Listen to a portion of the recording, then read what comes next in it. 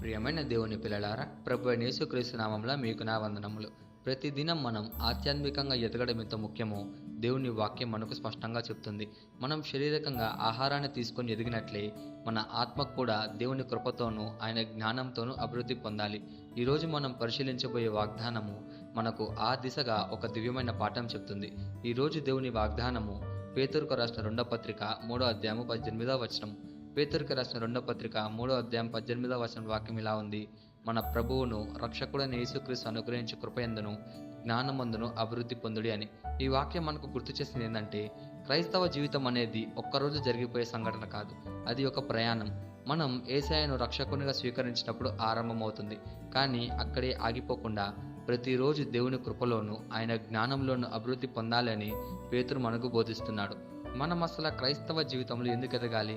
దేవుని తెలుసుకున్నాం కదా, సరిపోదా అని మనకి ఒక్కొక్కసారి అనుకుంటుంటాం. కానీ మనం తప్పకుండా ఎదగాలని దేవుడు చెప్తున్నాడు. ఒక విత్తనం నాటితే అది అక్కడే విత్తనంగా ఉండదు. అది మొట్టమొదట మొలకెత్తుతుంది, తర్వాత చిన్న మొక్క అవుతుంది, ఆపై పెద్ద చెట్టుగా మారి ఫలాన్ని ఇస్తుంది. అలాగే మన విశ్వాసం కూడా చిన్న ఆరంభం నుంచి దేవుని కృపతో బలమైన ఫలప్రదమైన జీవితంగా కావాలి. ఆగిపోవడం అంటే వెనక్కి తగ్గడమే. కృపలో పెరగకపోతే మనం ఏం చేసినా సఫలం కాదు. అలాగే జ్ఞానంలో పెరగకపోతే శత్రువు మనల్ని మోసం చేస్తాడు. కాబట్టి మనం తప్పకుండా ఈ 2 విషయాలలో ఎదగాలి. దీనికి ఒక గొప్ప ఉదాహరణ సొలొమోను చిన్న వయసులో రాజయ్యాడు. అతనికి అధికారం ఉన్నా అతను మొట్టమొదట దేవుని కృపను కోరాడు. తర్వాత సాక్షాత్ దేవుడే అతన్ని నీకేం కావాలో కోరుకో అని అడిగినప్పుడు అతను సంపదను గాని వెండి బంగారాలు గాని శత్రుపైన విజయాన్ని గాని అడగలేదు. నీ ప్రజలను సరిగ్గా నడిపించుటకు నాకు జ్ఞానం ఇవ్వని అడిగాడు. దీని ఫలితంగా దేవుడు అతనికి అసాధారణమైన జ్ఞానం ఇచ్చాడు.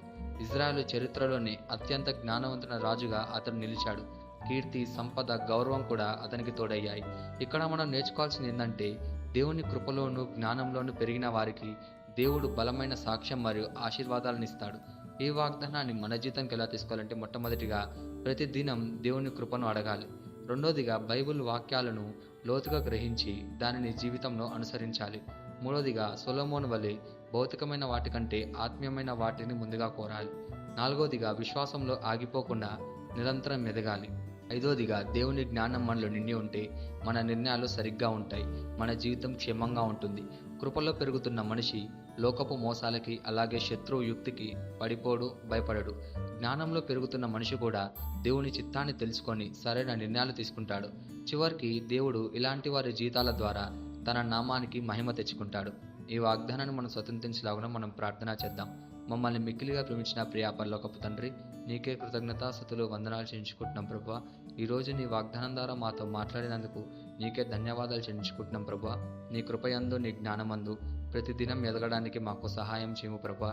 సొలొమోను వలె నీ జ్ఞానాన్ని కోరుతూ నీ చిత్తాన్ని నెరవేర్చే జీవితం జీవించేందుకు మాకు శక్తినివ్వు ప్రభువా. మా జీవితంలో నీ కృప తరగకుండా ఉండని మనం ప్రార్థిస్తూ యేసుక్రీస్తు నామములో అడుగుచున్నాము తండ్రి, ఆమేన్.